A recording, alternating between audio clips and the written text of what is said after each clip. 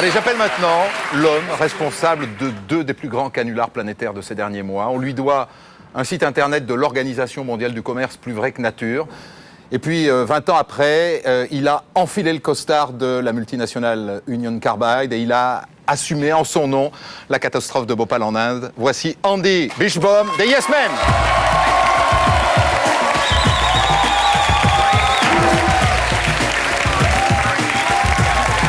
Petite planète, Andy. Ah oui. Petite planète. On peut se serrer la main aussi.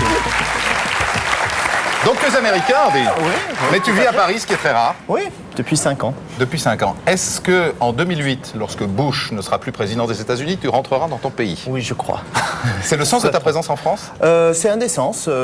J'ai quitté San Francisco quand la libéralisation sauvage s'est emparée de la ville et l'a rendue inhabitable.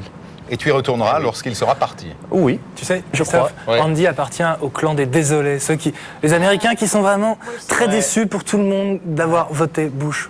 J'ai pas voté Bush. Je sais, mais d'avoir élu Bush. Andy, on va te retrouver tout de suite dans le premier numéro d'une série de canulars très grinçants que tu as réalisés et qui sont très drôles, ou pas d'ailleurs. C'est parti.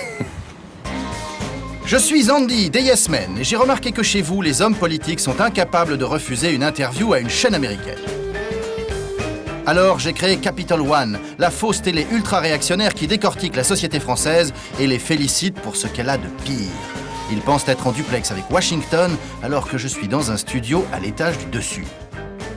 La perle de la semaine m'a été offerte par votre éminent député et maire de Levallois-Perret, Patrick Balkany.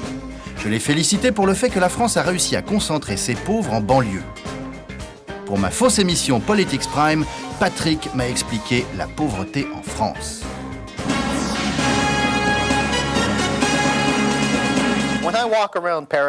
Quand on se balade à Paris, c'est beau, c'est si français.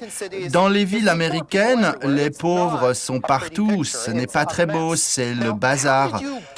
Comment est-ce que vous avez réussi à inciter les pauvres à quitter les centres-villes pour aller vivre en banlieue ? Ce que vous appelez les pauvres, je suis désolé de vous le dire, c'est des gens qui gagnent un peu moins d'argent. Mais comme ils gagnent moins d'argent, ils ont les mêmes logements que les autres, sauf que eux les payent moins cher.